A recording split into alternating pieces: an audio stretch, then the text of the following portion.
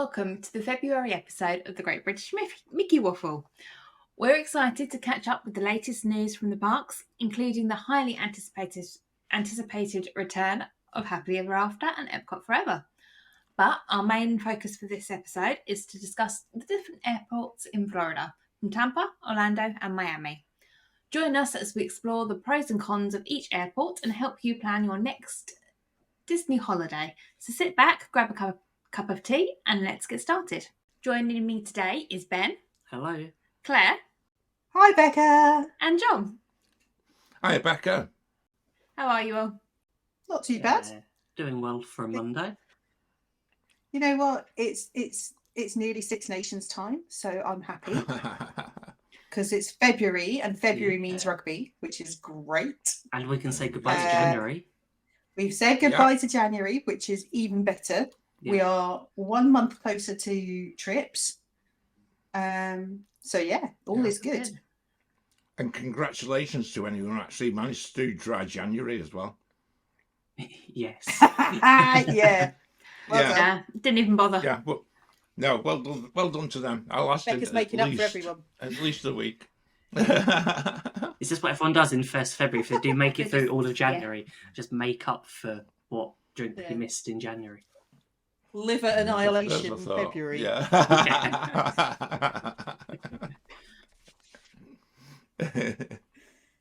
Oh my goodness. So January was quite a busy month for the Walt Disney Company. And with so many announcements, we thought now would be the best time to share what was revealed. So who wants... It was probably the busiest time that they've ever had. You know, I feel sorry for Disney on social media. It's like they're having to type an awful lot of stuff all happening and announcing all at the same time. Their money. And it was also quite unexpected in a way, wasn't it? Because we've become used to the paycheck years where basically we were just told everything was going away and everything was disappearing, or you're getting less. Everything's getting more expensive. You're getting less and paying more.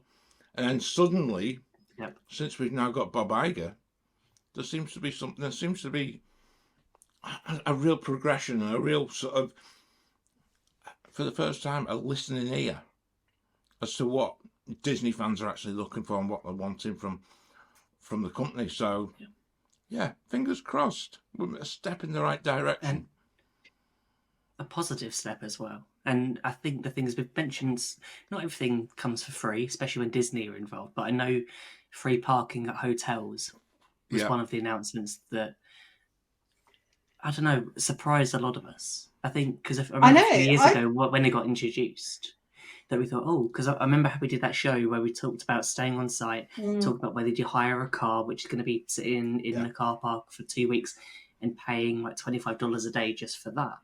And it's just something that actually now, it's a perk for staying on site, that you don't have to worry about that. It was one of those things that actually I think nobody likes it, but they've got used to it. And because it was consistent with other hotels around the Orlando area, most of the other hotels charge a parking fee or a resort fee, which is effectively what it was. So it when it did come in, it almost just brought the Disney hotels into line in terms of terms and conditions, not necessarily in price, with the other hotels around the area. So for them to then backtrack on that, I was really surprised. I thought that was one that was absolutely there to stay for forevermore. I mean, in the future it may come back, but I mean, let's just be truthful about this though. The resort prices they did go up a little that same day. Just saying. Strangely enough, but that was just... oddly similar sort of raise to the cost of the parking. But in terms of showing goodwill and recognizing that actually it was something that the guests didn't like, and I don't know if it made any difference to people having a car or not having a car. We're not people who generally stay on site. We're there for a long period, and I think that for UK travellers particularly, who are there for maybe 10 days, 2 weeks, the costs of parking on site really did mount up if you're talking $25 a day for a deluxe and you're there for 14 nights, suddenly that's an awful lump sum to add on to the end of your trip. So I think for people who are going for a longer period of time, this is probably good news in terms of the balance of things. Disney have said that their focus at the minute, I know Josh Damaro was saying, it's all about the experience.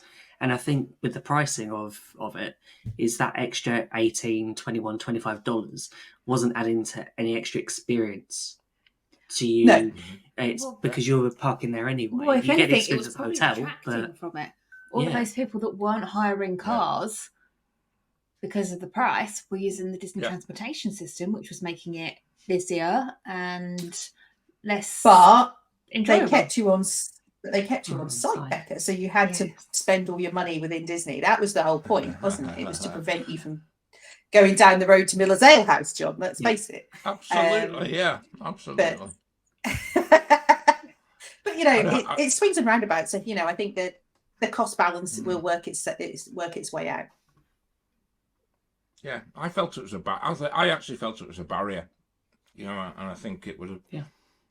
Being a person who describes himself as being tight, I actually would have said that I probably would have taken the car back, and I would not have been able to pay for car parking because it would have driven me absolutely crackers. Even if it was for 5 days, and I having to pay for 5 days parking, it would have driven me crackers. So I'm glad to see it removed. I think it's again another positive step. I think talking of things being removed. Yeah. Now that's a perfect segue. Best news of the whole lot. We're actually getting the view back across the lake in Epcot. Thank goodness.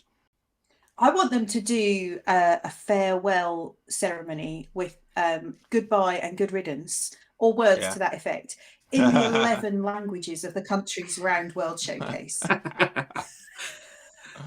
There's a thought. Adios, sayonara, au revoir. Didn't they make a song like that for our Fida Sempe? I think just have that playing on a loop as they throw a wrecking ball into the middle of them. That would be great. Yeah, blow the whole taco up. That would be fabulous.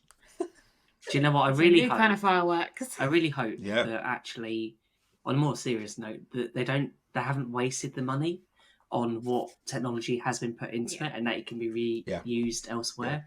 So even though it would be great to see it blown to smithereens, if they can reuse some of it in other parks or maybe in whatever it is to replace it, I think it'd be really good. Yeah. I'm sure that those great big LCD screens will be reused.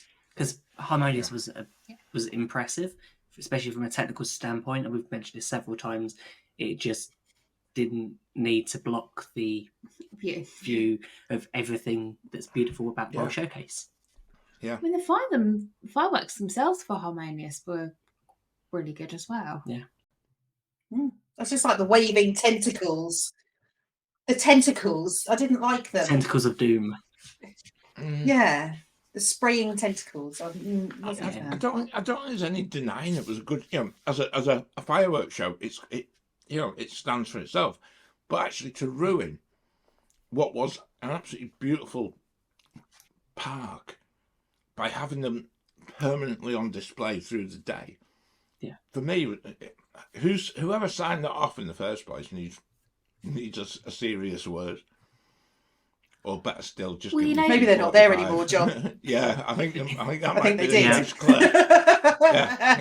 did. There's a giant lake in Animal Kingdom going free. Yeah, that could use some kind of show. No, because do you know what? That just that too whole big. waterway in Animal Kingdom is so beautiful. Yeah. I think they'll split them up and they'll use them for festivals and things like that. Why not use them around the side of the American Gardens Theatre? You could actually use those screens. There's lots of places that you could use big LCD screens that won't detract from the view across World Showcase Lagoon and will be beneficial. You can use them, they have big screens up for certain periods of time and take them down. Where the hat was in Hollywood Studios, Yeah. But you know what else they could do? They could put it on wheels, right? And we could get a nighttime parade in Magic Kingdom. Perfect. Just there you go. So we could recycling at its best. We could have 4 nighttime parades, one in each park. Like Night at Animal The different There's scenes. There's are- 4 tacos. Yeah, that's it. You So can have like a hamster in the if you could make the Stargate spin, you can actually run it like a hamster in a wheel as it comes down Main Street. It'd be great. There's so many things you could do. Okay. Maybe that should be a subject of the next show. Is what would you use Brilliant. the Stargate and tacos for? yeah. Bit of armchair Yeah. imagineering. How would you recycle or upcycle the Stargate and tacos? I actually wonder if someone at Disney is hoping that Universal might have them. You know, just as you might try and get some money on. Where's that? Some money on the second-hand market for it. Where's that antique short store down the I4 towards Tampa? Maybe they'll appear there on the show. Oh, You know, whether fabulous. the cast members go and sell their Yeah. stuff. Yeah. That would be great. Oh, fab. Or they could deconstruct them bulb by bulb, like they did with the Osborne lights, and sell them off. I do feel like I need a T-shirt though that says "Goodbye to the Stargate and Tacos." I'm tempted to get something made before I go in March. Ooh, that's a good. Yeah. Good riddance to the Stargate and Tacos. You're Yeah. going just to make Well, sure don't- it's gone. And, Yeah, and welcome definitely. back, Epcot Forever. Yes. Yes. You know, because I For think those that, that haven't got a Absolutely. chance to see it. that has been so well received as a piece of news, though, hasn't it? You know, I know you guys Yeah. have seen it. Yeah, I But was very again, excited that it's coming it's back. that, and it's that being in touch with your history and being in touch with your fan base, and actually realizing that there was nothing wrong with that as a fireworks show. Yeah. And so they should have just left it be, and they could have saved a whole lot of money. Because Epcot, So, because Epcot Forever came back just before a couple of months before Harmonious began. The Yeah, 50th. Yeah. So this will be the third time I think it's. I mean, gonna I think be it's- intermittent. Epcot Show, Forever. Yeah. I mean, it's a little bit of read the room, isn't it? That's what I think has happened, is that for whatever reason, so. Josh D'Amaro and Bob Iger have put their heads together and they've sat down and gone, right, what's the temperature out there? What is going on? Yeah. Why are our guests and our cast so irritated? What has upset them the Yeah. most? Yeah. What are our quick wins? What's not going to cost us a lot of money? What are our quick Yeah. wins? They've read the room and gone, right, these are the quick fixes we can put in so that suddenly there's positivity rather than people feeling really annoyed with everything. Yeah. So Epcot Forever coming back. Get rid of the Stargate and tacos because nobody likes them. Harmonious, it was great, but your time is done. You know, car parking in the resort's gone. The other thing that I think is really great that's come back is mousekeeping in the resorts. You know, how long have we gone Yes. without any Yeah. mousekeeping for the Yeah. resorts? It was like one day every 4 Every- days, and yes. they every 3 days, every 4 days, and all they did And it was was so empty bins. inconsistent as well. Absolutely. I mean, I was there. I did 2 5-night trips, and in both of those trips, I had the bins emptied once within those 5 nights, We were there which for is a fine. I was week, there on my own. Yeah. and You know, I was there on my own. It made no difference. I wasn't making lots of mess. But if there'd been a family of 4, actually, that's quite a significant impact. You know, so I'm really excited that they're getting some staff back. So that's additional jobs for cast members. Let's hope they can find them. But also, it's a better guest experience, and it's not, it's not a huge impact on finances. I wouldn't have thought. No, I think the biggest brings quick back that Disney win magic, for innit? everyone was the Yeah, right. announcement of Tron opening. Because I remember from when we did our D23 episode, we gone, they're Yeah. going to Are announce. you going to be smug here, Ben? They're going to be announcing Tron. Yes, I'm he's going to be gonna very very Yes, smug. yeah. Because I Yeah. Oh, why are you bringing this up, Ben? What was Oh, your God. reasoning for bringing this because up? it was my Is it prediction in because- the 1st of January show. What this date year, did you say? that I was 2 days out. I said it was going to be the 31st of March. Oh, I thought you said Okay. April. So no, 31st of March. Or to first that was my date I chose because I thought it'd be just in the 50th. Then they can get away with calling it that. And we're But going. It's, And we're going the 3rd of April. Yep. Which, Yeah. interestingly, is the day that I fly home. Oh. Oh, my I reckon goodness. it'll be So- open before that. Just Yeah. I think you might get a soft opening. Soft opening, definitely. We've got one day in Magic Kingdom on the 27th of April, 27th of March during the Magic Kingdom. I wouldn't be surprised if the soft openings by that point, because I think before then you'd have had the DVC and the AP and the cast members. We'll loiter around there. So we'll loiter. Yeah, I'll give you a sign going, "Let me ride." Let me ride. Yeah. But you know, it is really, it's good that there's a date on it now, and that I mean, it's a fairly long way away. It's still another couple of months, and I think there's opportunity for it to come forwards a bit. You know, with DVC, with cast member, you know, all of that stuff, AP. So I do think that it will be a couple of 2 or 3 weeks earlier that we see guests getting on there consistently. Phew, thank goodness we get there. Now, what's the next thing that's going to take 6 years to build? Well, isn't that the next Disney cruise ship? Probably the treasure's it's building quite well because they're just using the template of the witch. It looks like, and Disney have bought that other ship from that other company. Yeah. Which we haven't, which is interesting news. No, that Disney purchased. That sounds so vague. That's like the amount of news like one of the old P&O ferries. You know, what other? I think it's a Chinese company that have been building a cruise ship, and then the company went bust, and Disney have bought it. So instead of them having to build something from scratch, they're going to take it apart and Disneyfy it. Yeah, we can Disneyfy it. Repurpose it, and it's going to be a new ship.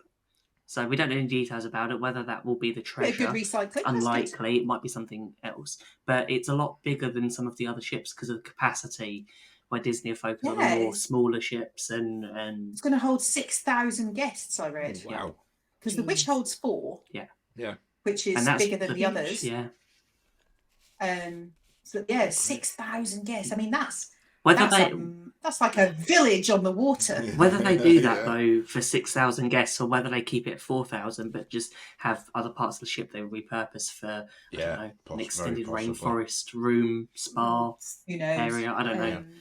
Kids club rooms. Yeah, if anything's like the kids clubs and everything on the Disney Wish, that's the only thing that's dragging me to the next cruise. Can't wait. You can't even go in those. You're too old. I'll tell you what. When we've been, I'll get Millie to do a little review of it for us, because she's the only one who's going to be able to use it. We are all going to go down the slide, obviously, to get to the kids club, but on embarkation day. But Millie will go and she will do a review for us. She'll love that. Yeah, wonderful. I apologise in advance. I can't wait. Roving reporter from the kids club. Wonderful, that'd be superb. Good. Yeah. Well, we mentioned Epcot Forever. Should we take this back to fireworks? Because another thing we mentioned in the D23 episode last September was that we knew Happily Ever After was coming back. And we thought, okay, but we were told it was the song. But now it's Happily Ever After reimagined. So it's going to be the song and an updated fireworks show with the projections down Main Street to replace Enchantment. And we also have a date for that, which is the 4th of April. The day after I come The home. day after you come home. That's how I'm gauging like, Claire, you need to extend your trip. It does, just a little bit. I know. I wish we could. But so Ben, you and Becca are massive fans of Happily Ever After. Yes. Yeah. I've never seen it. So you're in the same spot with like Epcot Forever. That there were 2 shows that you'd missed. So I've not seen Epcot Forever. I've not seen Happily Ever After. I loved Wishes. And as you know, I really liked Enchantment as well. Yeah. And we will go and see Enchantment because the others haven't seen that. We didn't get there in October because we were just so busy. Yeah. So we will go and see Enchantment and Harmonious before they go away at the end of March while we're there. And then when we're back in the summer, hopefully we can catch up with the new shows. You will. But I know Happily Ever After is a wonderful show. It really is. Yeah. And that's coming from me, who every time I'm a bit funny. I'm always funny about talking about Magic Kingdom fireworks, and it always comes back to Wishes. However, Happily Ever After is a fantastic show, and it does sort of set you apart at the end of the day. I'm looking forward to that coming back massively. Claire, I would say it's because I know you liked Enchantment. I felt disappointed in Enchantment in compared to Happily Ever After. Okay. Yeah. So I think I liked Enchantment because of the projections on Main Street, and you felt completely You're encompassed surrounded. in the hot and surrounded. So needing, Yeah. and you know, I'm a bit funny about crowds and fireworks and all of that stuff, but actually that particular experience of being slap bang in the middle of Main Street, yes, there was a bit of space around us, it was fine, but it was overwhelming at times just to have this surge of almost like sensory overload with the sounds and the fireworks and the cut lights and, you know, the smell of the crowd around you, all of that stuff. It was a lot. And I don't remember the show very clearly, but I remember the whole feel and emotion of being on Main Street. So I'm kind of hoping that I get to experience that again when I'm back in March. But when Happily Ever After, because you all say it's so amazing, I'm like, oh, I want it to be like Enchantment, but then you know, pimped up, then some, you know. So I'm quite excited to experience it. I mean, everyone who doesn't love the song. Yeah. So yeah, I'm excited. I think Happily Ever After being plussed with the projections on Main Street, I can't work out where I'd want to stand, because we found the best spot we found with Happily Ever After was just in front of the partner statue. You got a perfect view of the castle, the fireworks. It was amazing. But now it's like, I'm going to miss all the projections that are happening down the side of Main Street. So it's like, we're going to have to pencil maybe 2, maybe 3 times to see it when we're there. It also helps that different places. I'd love to be on the train station watching it. Oh, yeah. I think you need to be in... I think you need to be in, see it surrounded by it. Yeah. I actually feel if you're at the railroad station, I think you'll feel as if you're just a little bit too far away from it. And I think that's I don't know. I think you will need to go on. That's everyone getting the Waffles Arms tell us the best place, because I think it's going to be a discussion that needs to be had in the future as to whereabouts you can get the best spot. And it's everyone will have a different opinion, so I look forward to that. I'm thinking outside the confectionery sort of area, so you're at the bottom end of Main Street. Maybe that might be a good spot, because then you get the smell Main from the Street and the castle. That's what I can think of. Yeah, it's a bit sickly sometimes, but the only thing I'll tell you that I was kind of hoping, because they were on a bit of a roll a couple of weeks ago when all of these announcements sort of came out day after day after day, and it was like, oh, that's fantastic. The next day it was like, what, has anyone seen the news? And it was just coming out.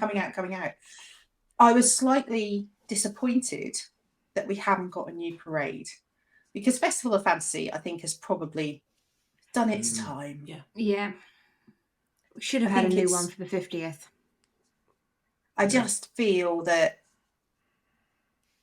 it's lovely. I love it, and you know, sing and dance along, but I just get the feeling that it's feeling a bit tired. I feel like to me. I think maybe we've just done it too many times. When did it debut? 2013, 2014. I was going to say, it's been there for almost 10 years. Because we've been going. I think I'm just going to double check the dates. I think it needs whether an update or whether... I think Disney been in that awkward position because of when the cavalcades came in during the pandemic. I like the cavalcades. Yeah, I think it gave it a bit more of a breath of fresh air.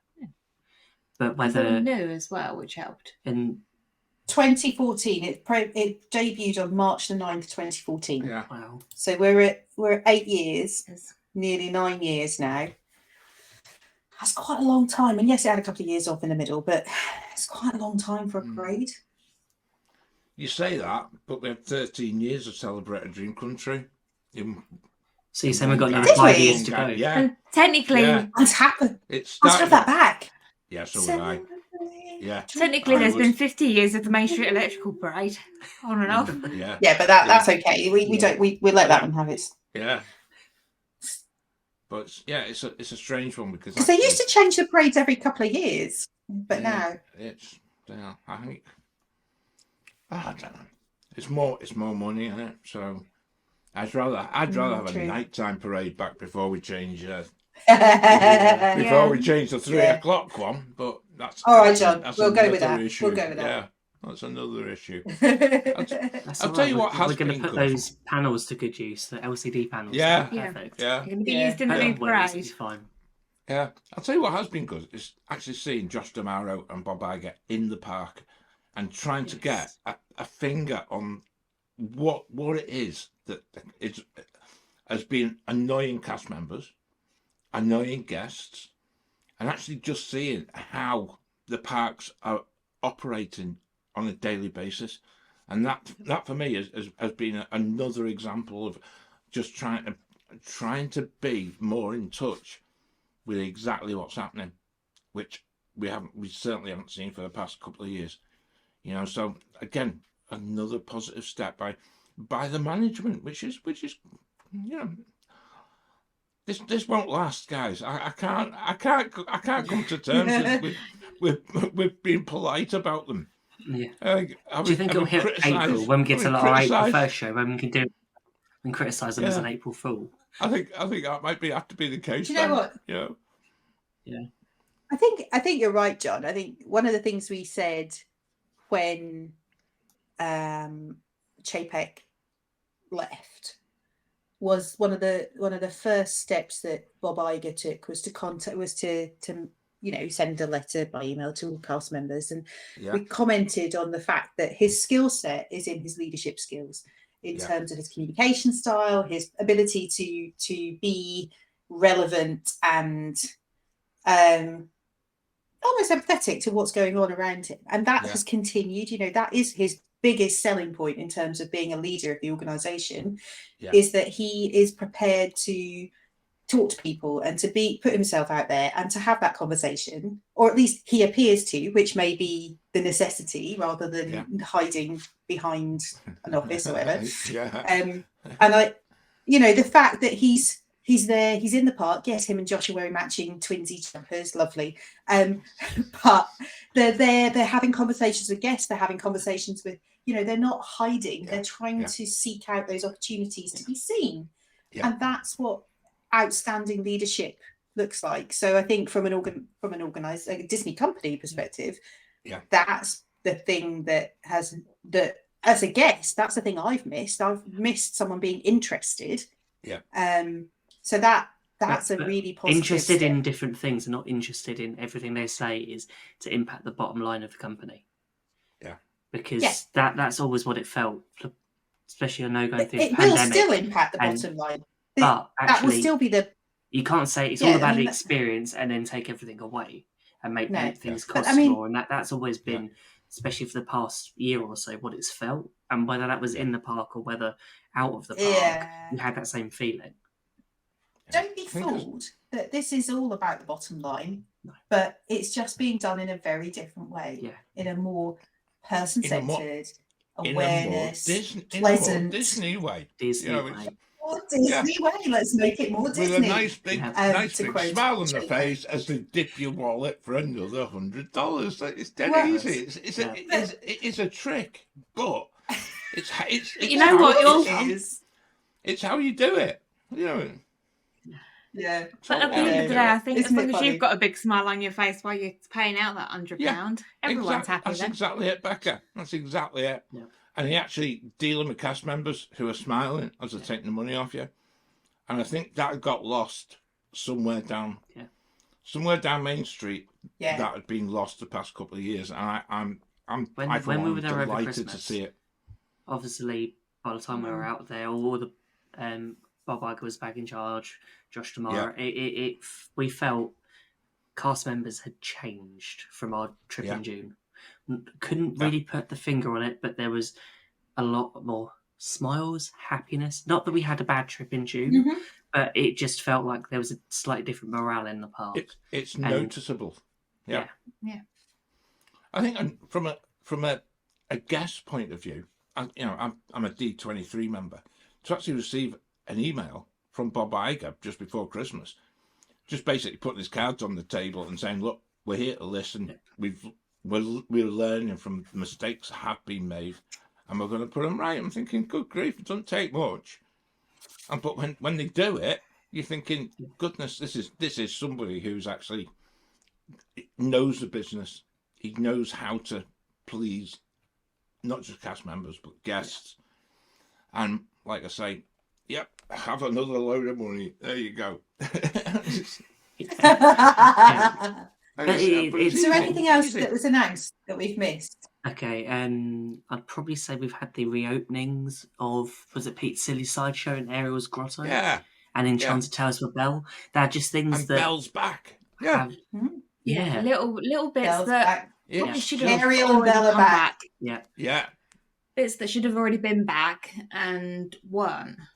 Yeah. Still no trolley show, just saying. Still no trolley show. No That'll be the trolley next show, thing, Claire. That'll be the next thing. They need to rehearse for that. It has to be. There's nothing else left. But we were trying to work this out the other day. There's not much. What actually... The what only is thing left that to I come can back? remember is 1900 Park Fair is still closed. Oh, yeah. Are they doing the afternoon tea at the Grand Floridian? I don't think that's back yet. No, that's in the garden tea rooms are still closed. There's a Yeah. couple of other restaurants scattered around that are Okay. still Yeah. closed. Well, Takumi Tea's back open. But I think Shifted for a lot of there are some that used to do be open for breakfast that aren't doing breakfast at the moment. They're just doing lunch and dinner. Garden Grill, Akashus off the top of my head. And the last one I think that we haven't mentioned yet is It's the Splash big Mountain one. is now closed. Yeah. Yep. Yeah. Gone. Goodbye to I'm not Splash. gonna I'm not gonna have a rant. It's near. I can't do anything about it anyway, so it's shut. but what I would say is actually what a fabulous Sunday that was.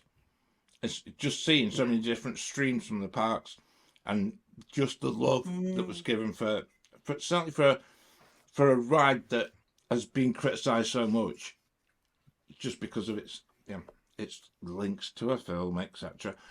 But the love that people showed for it, I've got to admit, it was such a day where you're thinking, yeah, I'm gonna miss it. I know it's been reimagined and things like that, but yeah, I will miss the zippity doo dah effect.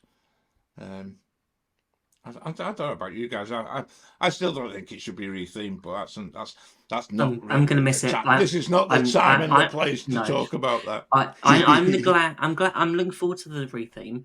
I just think on our last trip it went tech an awful lot, and I feel like that it's one of those rides that I think needs a lot of maintenance, and I'm hoping that during its downtime and its retheme, that the attention is put onto having a ride that can operate, because it's going to be popular when it reopens, because it's going to be the same ride system. It's Tiana as well. So I think it's going to be very popular, but I just hope that they spend the time making sure that it can operate with the capacity that it needs. I'm going to miss it. Part of the fun. There's just something about it. Fun, wasn't it? Yeah. Which part are you going to get stopped? Well, the thing is, was it in December? This was, I don't know, our last night there, wasn't it? I think. Yeah, it was dark. It was dark. First time we'd ever done Splash Mountain in the dark. Oh, And then that we went down the big drop, and as you go round, you know that waterfall on the right hand side. Oh yes. We stopped just before it, and the person in front was getting soaked. Yeah, get absolutely soaked. And then there was an announcement to That come wasn't over, our and it stopped. We were there for a few minutes, and then luckily just carried straight on.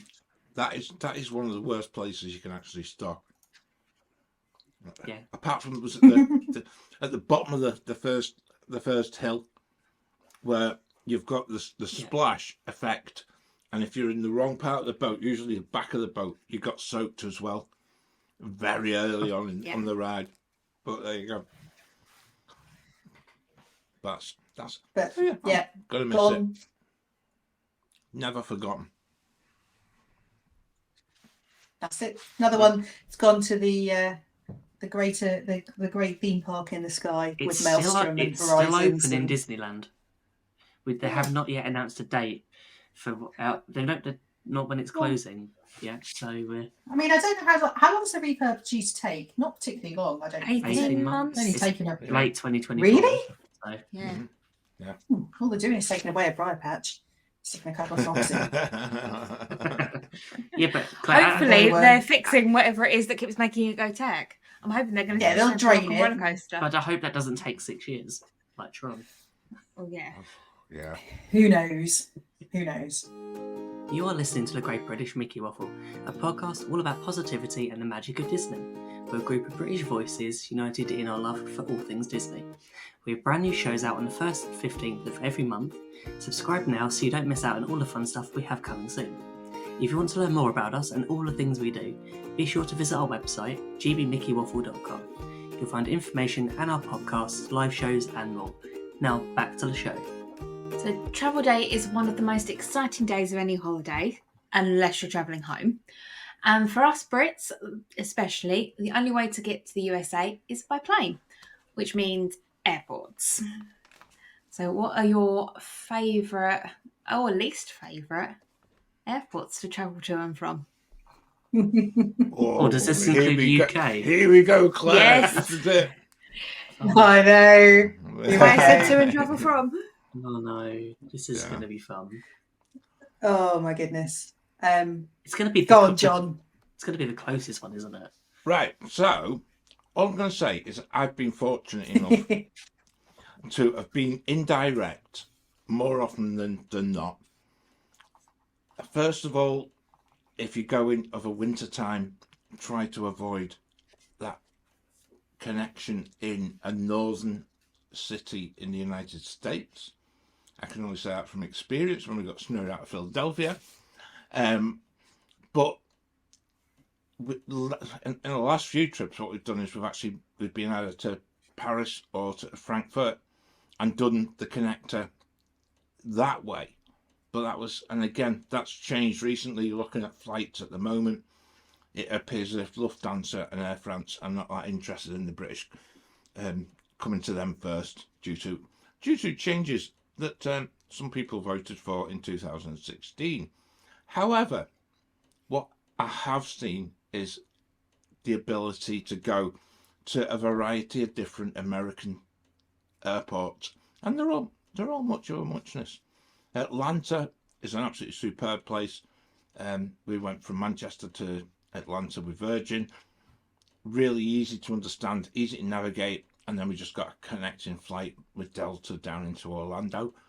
And the biggest one of the lot, and I'm going to make this really clear, is the fact that I really love MCO. And I think if you're traveling direct, you can get to MCO. It cuts out an awful lot of hassle. One of the things that we have done is gone into some of the smaller airports in Florida. We did Fort Lauderdale one year. Very limited car hire, which is maybe worth thinking about, and particularly since TUI now fly into Melbourne, which isn't in Australia, but is actually on the coast as you come into Florida, which I do believe somebody actually booked a flight incorrectly and then ended up having to cancel because they were instead of going to Florida, they were actually going to Australia, which is not a good thing. But again, you can get picky about it and overthink it an awful lot, and I tend to overthink things massively. JFK, massive airport, just give yourself enough time. And when someone says how much is enough time, then I'm a bit of a pain because I generally will go and say, well, maybe three hours, maybe even 4 hours, just to make sure that you're not going to, because you have to go through immigration. And if it's a huge airport, that can be an issue because actually the queue lines are quite significant. And if you're at JFK, you end up having to move terminal, which is actually one of the biggest pains of the lot. But most airports, Atlanta has a fantastic transit system underneath the runways. So you basically get on a train and it drops you off at whatever terminal you're due in at, which is fabulous. So you arrive on the international terminal and then you find yourself getting on the train and heading back to where your connecting flight is. Similar to Chicago's another one, which is also an airport we spent an awful long time in one Christmas. But I'm not going to go there because it was very painful. And we've also been to the nemesis of Claire's life, And actually, I quite like Miami. But Oh, they're dear, all very Miami. similar. You don't like Miami because of the drive up to Orlando, and I can understand that. You know, it's... No, do you know what? It's not. I think that I flew into Miami maybe, I'm trying to think, Millie was little, so it was probably 8 years ago. She was under 2. And we flew into Miami, and the experience that we had from disembarking the plane, the 20-mile walk to get to immigration, and then the journey to the car hire, and then the queue at the car hire, all of that added to my dislike of Miami Airport and how busy it was, because it's the hub for is it United? I can't remember. It seems it's a hub for everyone going down to South America as well. Yeah, I know American have got a big hub there as well. Yeah, it has got better, Claire. Significantly. Yeah. It has got better because they've put. Well, I said at the time, into the car hire. Never again. At the time, I said I will never ever fly into Miami again, and I stuck with that. Even though sometimes it's been cheaper, the drive up actually isn't. It's like 3.5 hours. It's fine. It's not a problem. And actually, that particular trip we were driving over to Naples. So I drove from Miami over to Naples without any problem at all. I have no issue driving. It's just the airport experience itself. Yeah. Oh my goodness! I think it was the end of a long flight with a small child, and it was difficult, and I think probably my judgment was clouded due to the experience when we got there, and there were just people and rude people as well, which I don't deal with very well. Yeah, which is why that kind of sums Miami up. I don't like it as a whole. Yeah, it's. Miami is a place. I don't think Miami is a place is like that, but Miami Airport feels like that. Oh no, some of the people generally are quite like that. It has got better, Claire. And what I would say is because it's on a business route, and I'm probably going to shoot myself in the foot here for the next time I'm looking for flights.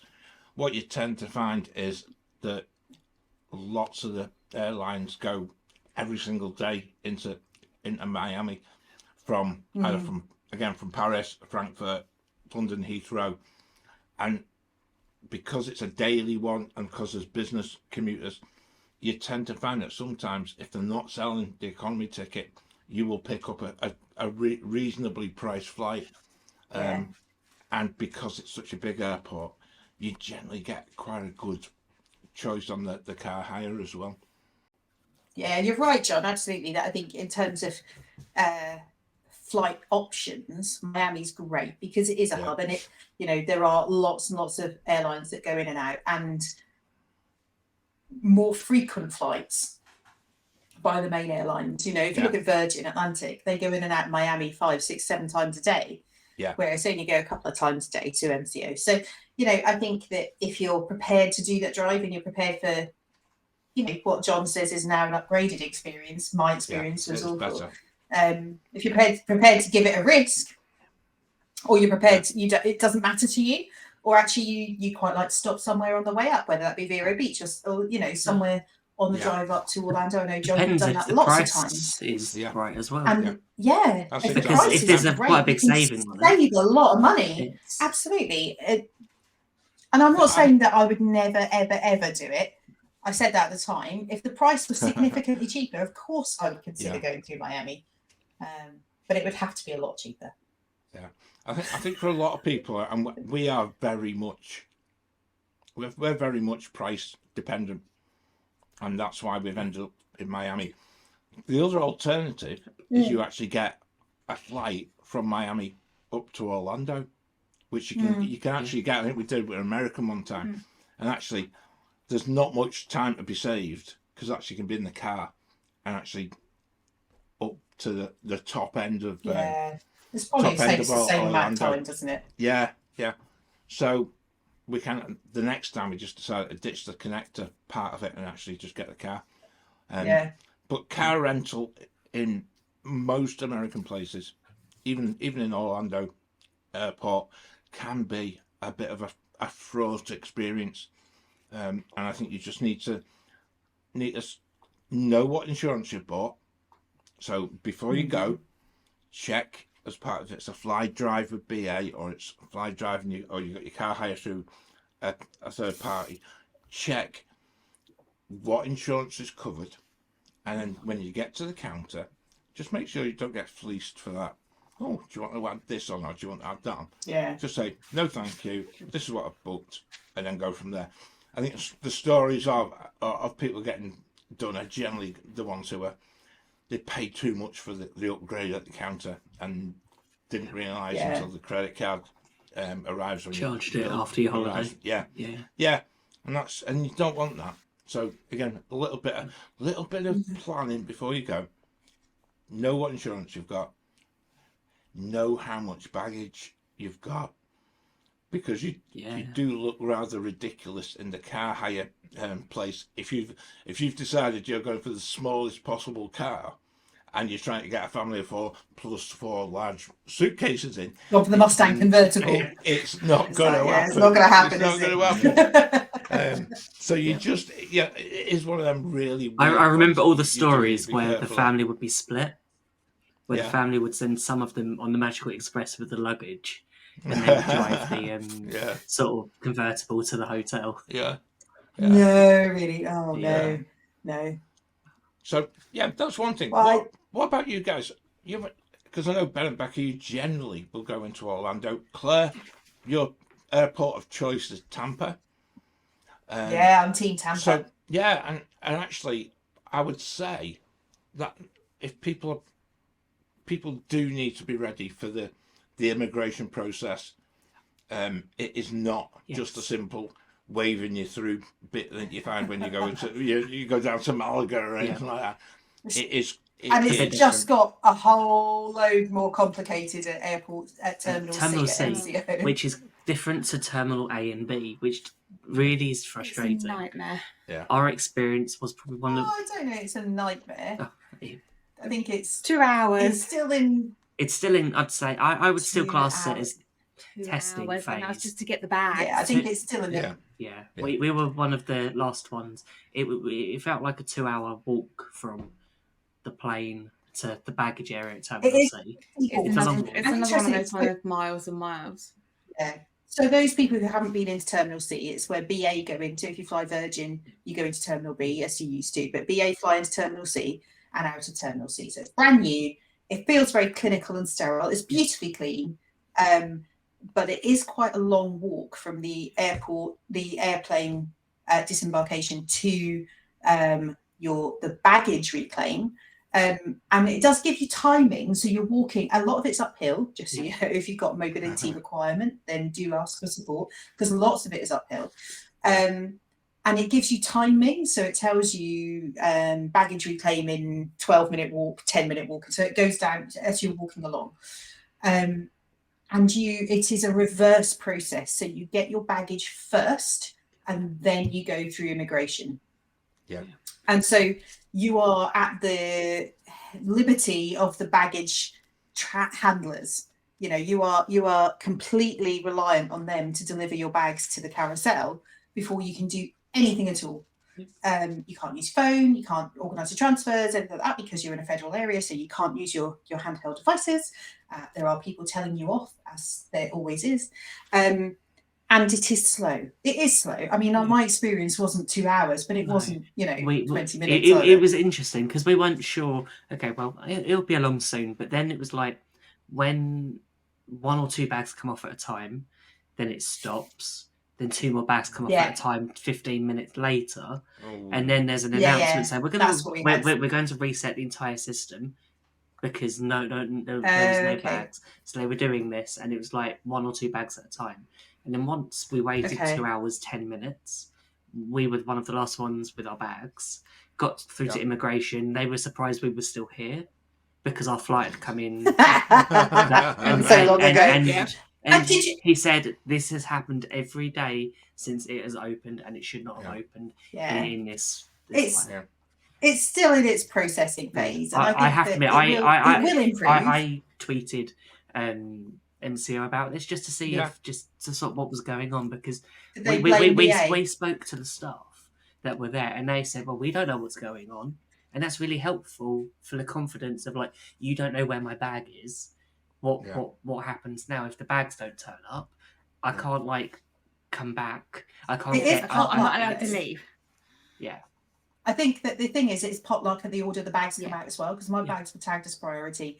Yeah. And they were, probably near the end, whereas other people's bags who weren't priority were coming out first. And I think it's obviously a process issue that they haven't got sorted yet. Yeah. It can only improve. It can't get any worse than it is at the moment. The carousels keep breaking, but I actually quite like the reverse process where you get the bags first. I do as and well. then Especially once you've got through immigration. It's non-existent. Yeah. And then you're off. In theory, that's what it should be like. You should wait for a little bit for your bags, and it should kind of then drip feed immigration. Because and I think that there isn't too huge waiting. But because it slowed down so much and everyone was waiting for their bags, once it all started, once all the bags are coming, they're all coming off at the same time. So then it creates a huge queue at immigration. I didn't experience that, because I found that they had every immigration desk open. With 2 or 3. Okay. Yeah. So it's obviously quite variable in terms of the experience. I was there in the beginning of December, and they had every immigration desk open. There was 3 different flights three flights that came in at the same time. And I didn't wait at all for immigration. I got my bags eventually. Probably 50 minutes I waited for them, which was frustrating, but at the end of the day, I was on my own. It really didn't matter. Yeah. And so I took my bags and I literally walked to the queue, and I was directed to the first available immigration officer, who took one look at my passport, scanned it, looked at me, and sent me on my way. Have a lovely. He said, "Have you got any? Have you got any food items?" Yeah. And I was good. I said, "Yes, I have some cheese for my friend Zach." He went, "Fine, off you go." Yeah. So I did declare at this time. I didn't lie. But there's no stamping of the passport. There's nothing. There's no fingerprinty things. It was so quick. It's literally That's pretty good. off you go. But And so you want to do the whole you can't get my fingerprints on the screen thing? But as soon as that's what we happens got to MCO. out of immigration, we were literally out the door, pressed the button on my phone to get an Uber. It's so quick. Yeah. Yeah. From However, from if that you're going perspective.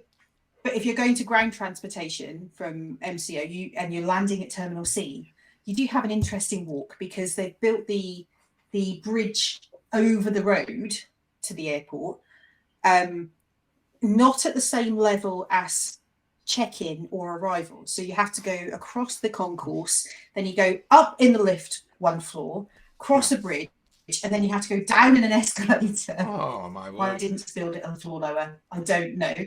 And then you have to walk through the car park with your bags to get on the shuttle, the little monorail shuttle, over to Terminal B to get ground transportation. Right. Okay. Which isn't, when you know what you're doing, It's fine. it's okay. When it's the first It's time confusing. you're going, it's Right. And when we did it in October, we flew home from Terminal C, but we'd flown into Tampa. Yeah. So we hadn't done that when we arrived. So when we were trying to find our way to check in, it was like, we're walking through the car park. This is ridiculous. What's going on? But yeah, no, that is correct. Yeah. So I kind of, it's a little bit rough and ready, even though the terminal itself is squeaky clean and beautiful. It's amazing. I have to The admit, process is It will get checking Departures in was- when you're leaving, departures was incredible. Amazing. Right. The um Disney store, the Universal store, impressive. But even security at Yep. Departures We were there at less than 5 minutes. was Waiting. Okay, That so- was- easy. it was. Terminal I A and had B are 45 generally. minutes. Oh. I would say with a woman who was standing far too close to me behind me. Not She good.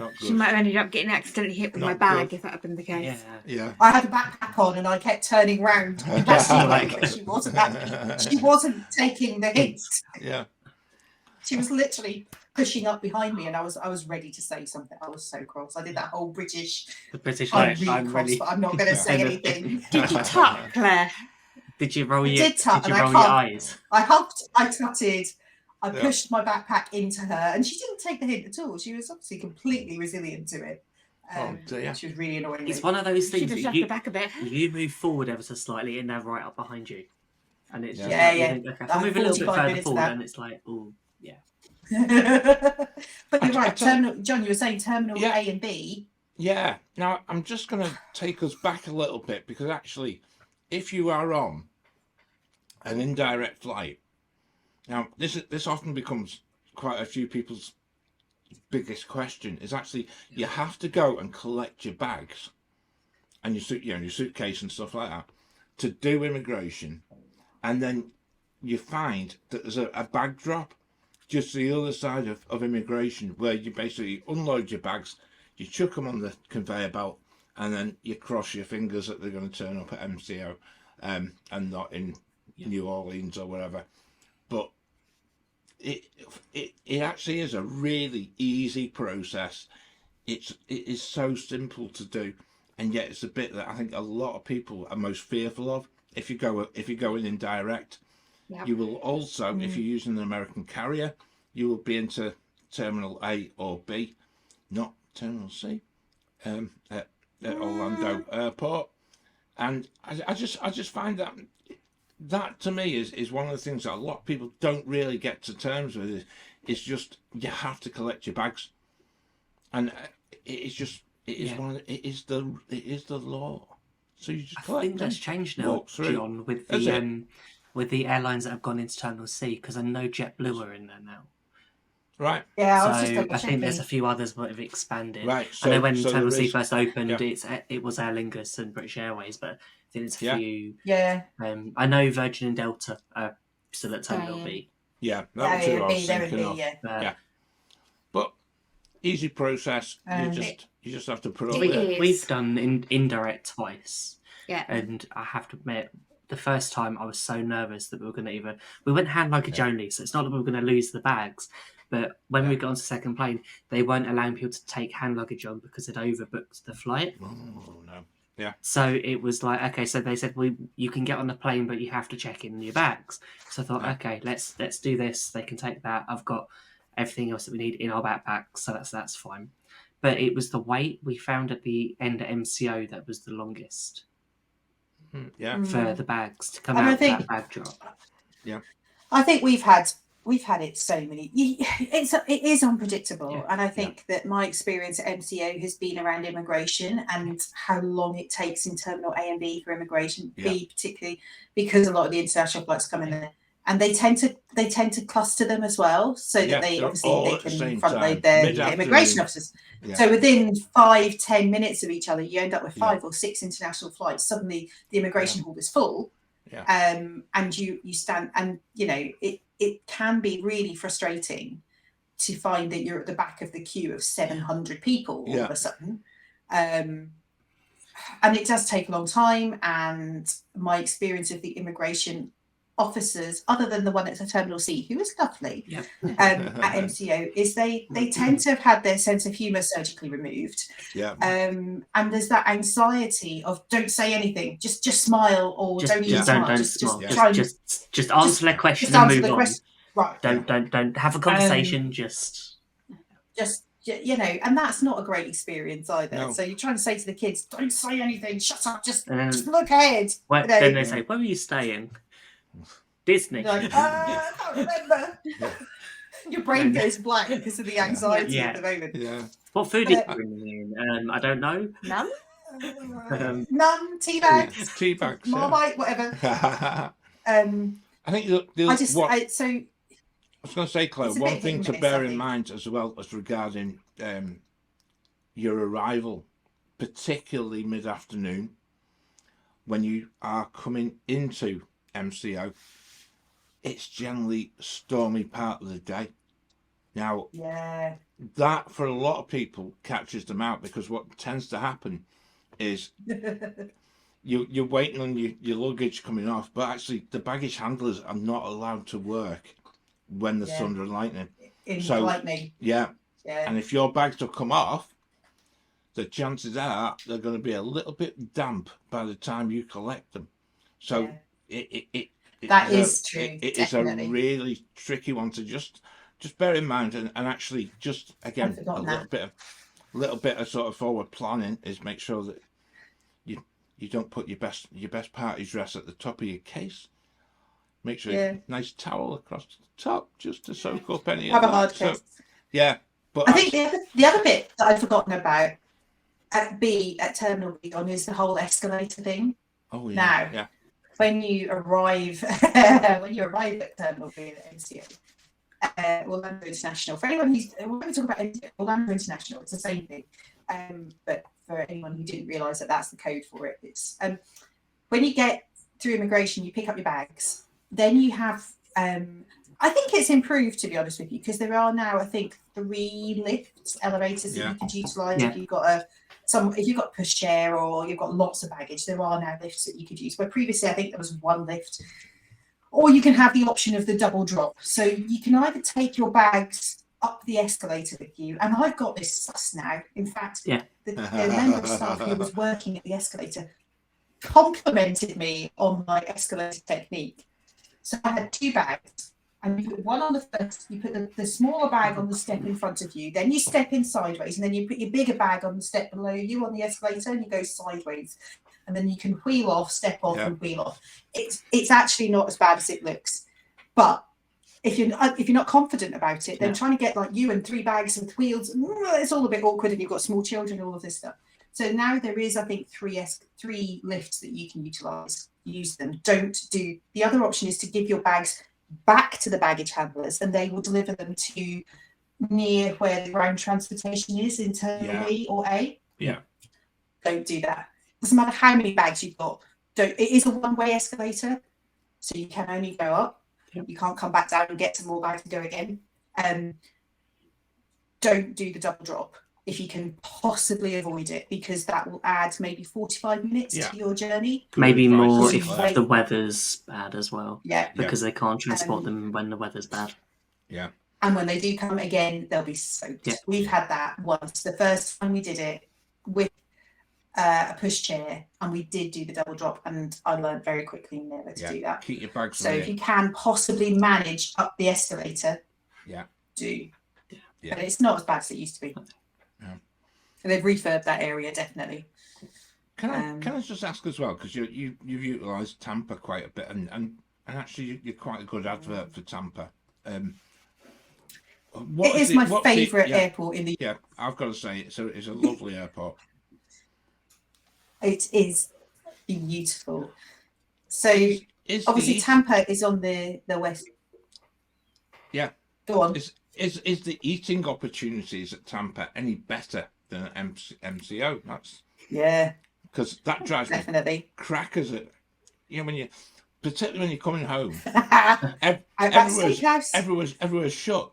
Yeah, Outback Steakhouse, and you're like, oh, sorry, we've just closed. You're just like, I'm "Oh, trying to marvellous." think now. have I to think go to MCO. bed. Outback. I'd say MCO's probably on par if you go Terminal C. Well, Terminal C. Right. all Now of you've the, got Chef food Artsmiths. and You've now got One Bar Yeah. George. There's quite Yeah. a few more. Shake Shack. all of the food and shopping opportunities are after security rather than before. Yeah, that's different at Terminal C. Definitely, it's much more akin to a UK airport where you've got more After security. Okay, that's worth knowing. security. At Tampa, Tampa Airport obviously is it's on the west coast of Florida. It's on the Gulf Coast. It's not right over on the coast, but you probably need to have a car hire if you're going to go utilize Tampa. And one of the reasons we first started using Tampa is because it's cheaper to fly in and out of Tampa. So BA have always flown in and out of Tampa direct, and now Virgin do as well. I've found that BA consistently, particularly through the summer holiday period, is cheaper to fly to Tampa and home from Tampa than it is to go into Orlando International. Without any doubt, you can probably take down maybe 20% off the flight prices. Yeah. That's quite a lot if you're buying a family of flights. So, we're flying in and out of Tampa this summer again. I love the airport. It's a fairly new airport. It was refurbed probably about 4 or 5 years ago. And they've got a brand new car hire terminal, which is a little monorail ride away. It's the best monorail ride you will have on any of your holiday. It's like Guardians of the Galaxy as a monorail ride. It's so fast. Honestly, I tell people, if you're going to Tampa and you get onto the monorail to go and get your car hire, if you can sit down, sit down. If you can't sit down, make sure you've got like something to hold on to, because it is so. Anyone who's been to Tampa Airport will know what I'm talking about. It corners so quickly and it goes down this ramp and it's like super speed. It's insane, but it's brilliant. I think you're right, Claire. Tampa is one of those ones I've always used as a guide to work out how good the price is for MCO. Yeah. Because if I can get one that's as cheap as Tampa or less, I know it's a good deal. You're winning. Yeah. So I mean, we found that not only are flights cheaper, but car hire's a bit cheaper there. Because obviously it's a drive away, so it takes about.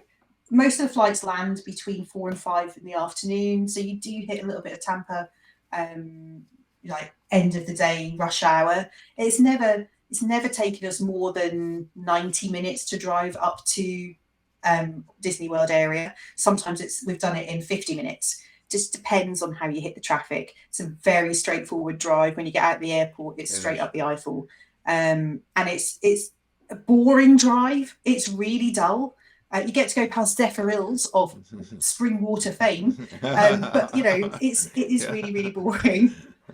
And there are, but it's functional. And you know, for us, the airport experience. I always talk about the fact that at Tampa, no one shouts at you. That's the thing that I don't like at MCO is when you're going through security. Usually on the way home, people are shouting at you to take stuff out, take your laptop out, take your tablets out, take your shoes off. You know, everyone's like. Whereas at Tampa, I remember the first time we flew, I said to the lady at check-in, I said, how long will it take us to get through security, thinking it was going to be like Orlando? She went, 5-7 minutes. And I was like, sorry. And she went, about 5 to 7 minutes. And literally, we walked through. It took us that long to walk through the switchbacks.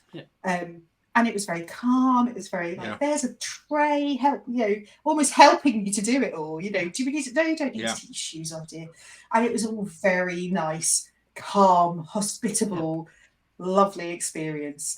We found the immigration officers there have a sense of humour. They're very pleasant. They want to chit chat, which is lovely when you arrive. Which is strange when you don't. When you're like, okay, I'm not going to say anything. I walk through. Yeah, they're like, stand there not doing the same thing, and they're like, oh, how are you here? When you were here, that's so long ago, and all of this stuff.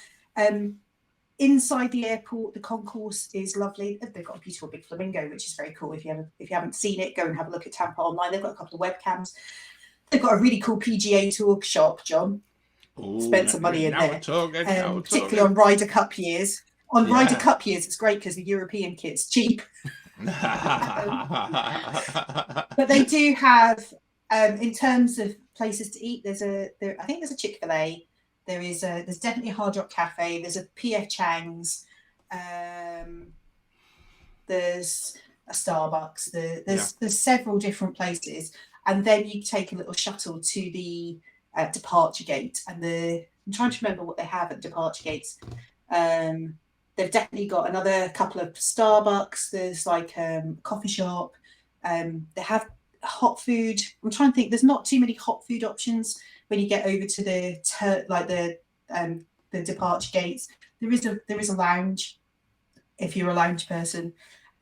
We've not used the lounges at Tampa because we haven't needed to. We tend to go and have something to eat in P.F. Chang's or Hard Rock Cafe, and then head over to the gate when it's time. The gate's probably a 3 or 4 minute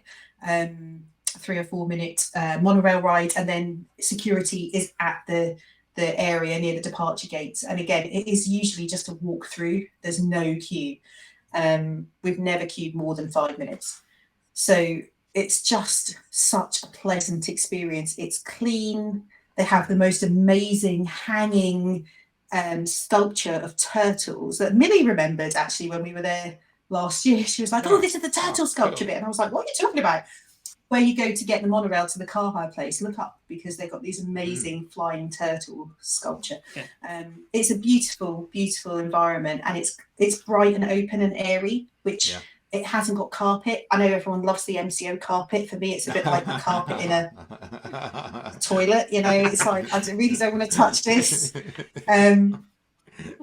I think that, as I said to you, Tampa is my favourite airport in the US. They're really active on Twitter if anyone wants to go. And they're quite funny as well. They know that they're not the premier airport in the Orlando area, but they really have a lot. You know, they're very focused on customer service. My experience has been, I've never had a bad experience yet. No. So we've been in and out of there years and years and years. So yeah, it is always going to be my choice. I would rather, and actually we timed it. So from getting off the plane to going through immigration, picking up your bags, getting a car hire, and driving back up to the 192, roughly.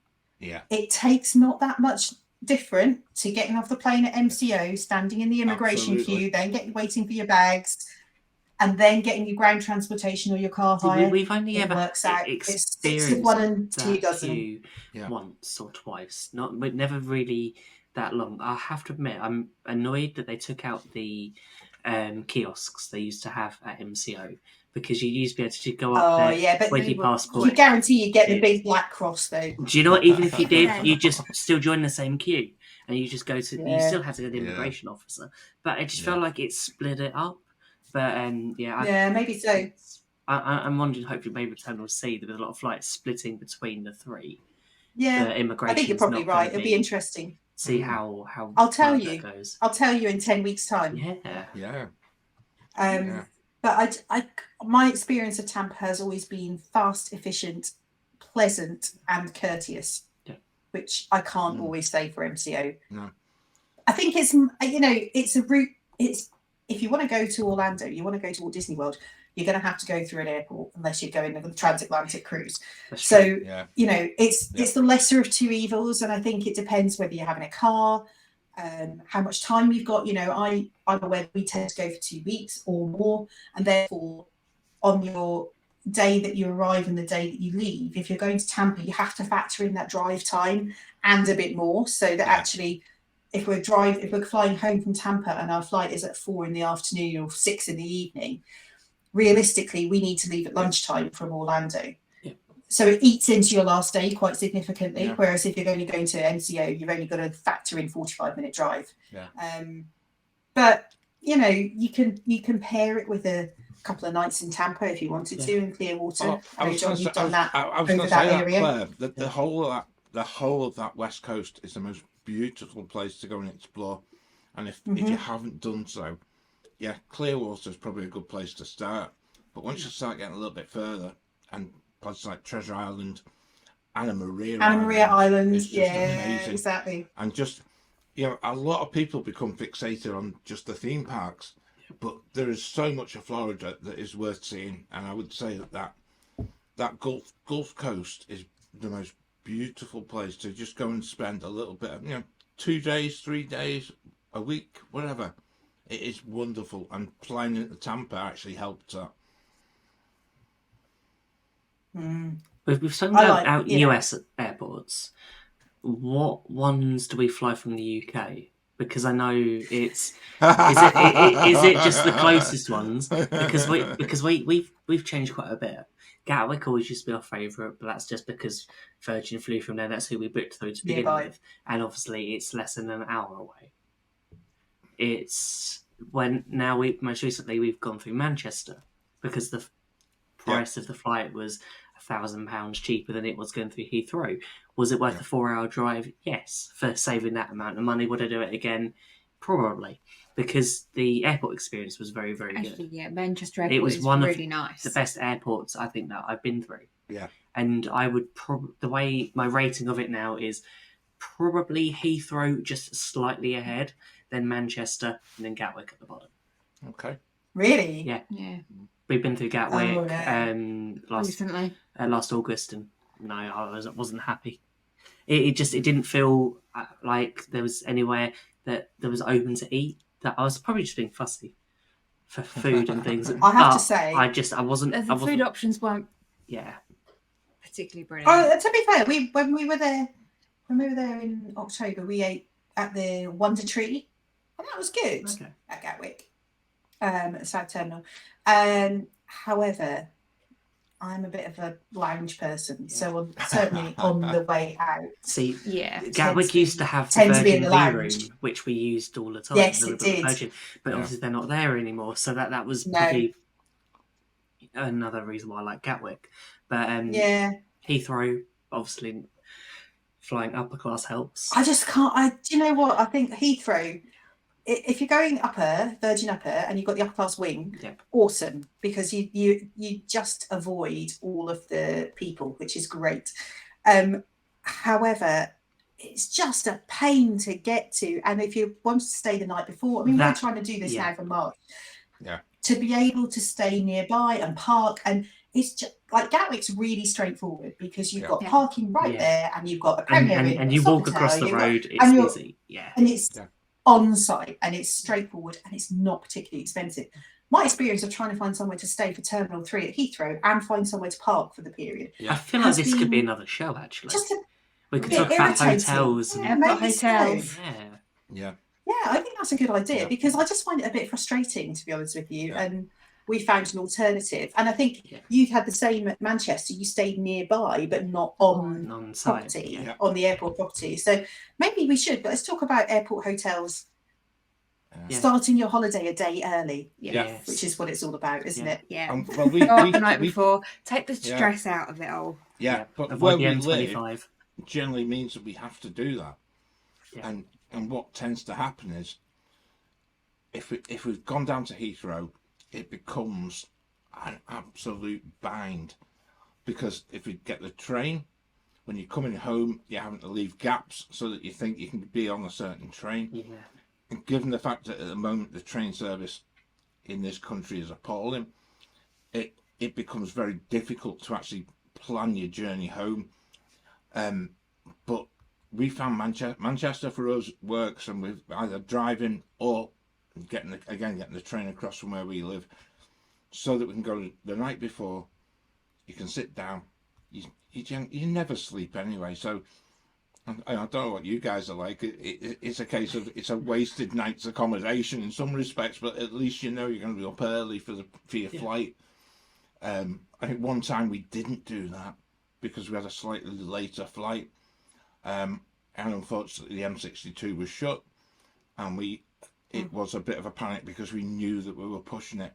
So it's always a case, night before, make sure we're there, and we take it from there and just take that stress out of it. But Manchester is I'm surprised, Ben, because I was expecting you to come back from that experience and say you prefer being down south, but no. Manchester's remarkably I managed to get good. over the accent as well. It was, but it's remarkably good. How you doing, mate? I lived in Manchester for 3 years. It's a lot. The issue with Manchester is there's days where it grinds to a standstill, and it can be exceptionally frustrating getting through security if they've not got enough people on. It does happen, but it happens in there were so many aspects that went into us booking it, and I would say it was led by price, where Heathrow we're looking for the price for June for our parking, and it's 3 times the price of what we paid for a week in Manchester. And then, and do you know what though?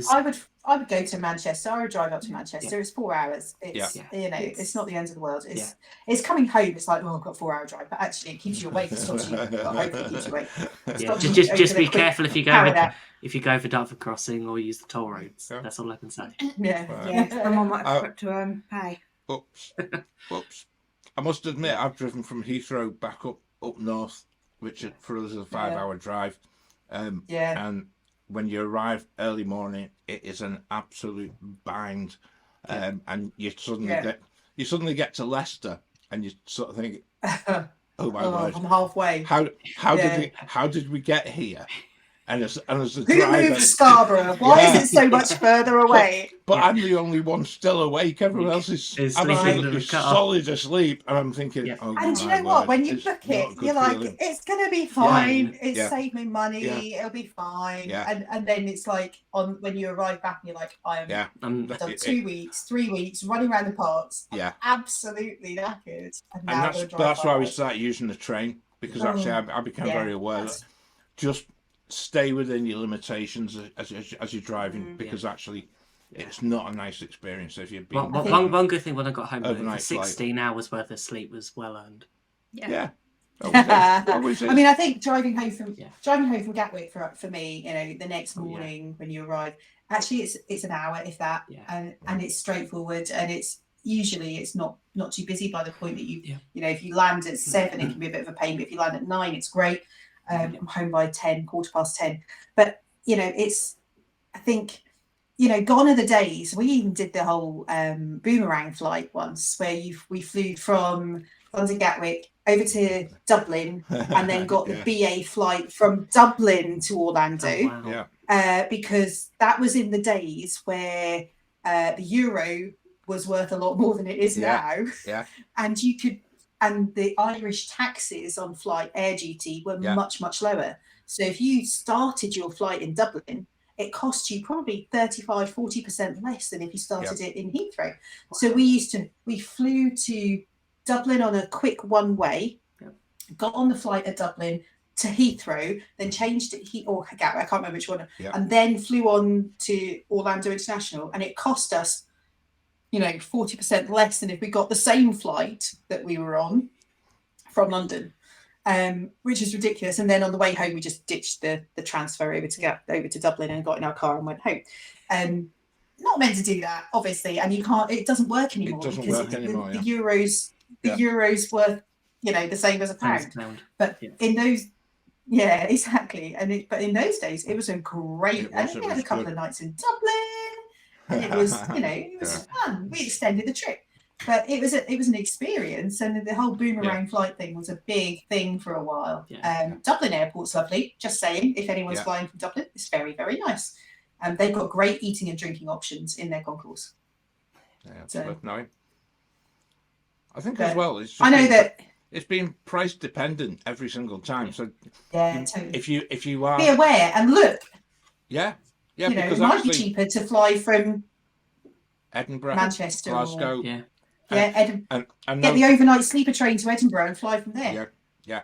But there's also, like I said earlier in the show, there's that option if you're looking for flights, don't rule out going to either using KLM from like one of the regional airports, such as Newcastle, and you can go down to Amsterdam, change to Amsterdam, and you can actually get a direct flight from there. Similarly, Air France from Paris. And also Lufthansa. It feels counterintuitive. To go the wrong way for an hour. Yeah. But if you're saving sometimes money, it's significantly cheaper. Yeah, exactly. And all these massive airports are all pretty much the same. They've all got food available. They're all there to look after you. So don't be fearful of the fact that you're going to a different airport. Even if it means flying across to Boston and then getting a connector out of Boston, if it saves you money, and it saves you significant money, it's well worth doing, because it'll pay for your park tickets. Yeah, that's true. And that's the way I. I think there's probably a conversation for another show around airport hotels, or where do you stay if you're going to go the night before and stay near the airport? Because as I say, Gatwick's only an hour for us, and we still go the night before. I think there's probably also a conversation about flights and whether you go the cheapest route, whether you go indirect, whether you upgrade. How do you upgrade to get the best price? When should you upgrade?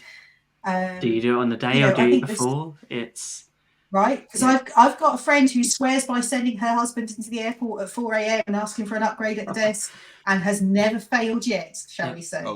And I know a lot of do you bid? Because I know Virgin, I think you can bid online for upgrades. I think there's possibility there. And again, if people doesn't like an upgrade, and if people like this planning advice, then get in touch with us, send us questions, check out the Waffler's Arms on Facebook, and we can include them in a future show as well, because, you know, I'd like to think that if people are listening, we can help plan parts of your holiday and hopefully save you a few quid as well. That's we all like to save a few. all like to save a bit of money. Definitely. It's more money for you to spend in the parks. Oh yes, Mr. Iger's rubbing his hands already, isn't he? There you go. He's going to be having a chat with the airlines soon. Yes. He will, yeah. Don't How long charge before so Magical much. Express is back? Or how long before Disney have their own airline? Yeah. That's the next thing. Oh, now we're talking. That's true. Yeah. That's the next adventure. That'd be great. Yeah. So thank you for tuning in to the Great British Mickey Waffle. We hope you enjoyed this episode and that it brought a little bit of Disney magic into your day. If you've missed any of our previous shows, don't worry. You can catch up by downloading them from your podcast app of choice or by watching them on our YouTube channel. We also have live Wafflers Wednesday shows on YouTube every week, so be sure to join us for even more Mickey Waffle fun. If you want to stay up to date with all things Waffle, be sure to follow us on social media at GB Mickey Waffle on Facebook, TikTok and Instagram. You can also email us at waffleon@gbmickeywaffle.com with any comments, questions or ideas for future episodes. We love hearing from our listeners and we do appreciate your support. If you enjoy the show, please consider leaving us a rating and a review on your podcast app. And don't forget to share the show with your friends. Until next time, waffle on. Waffle on. Waffle on.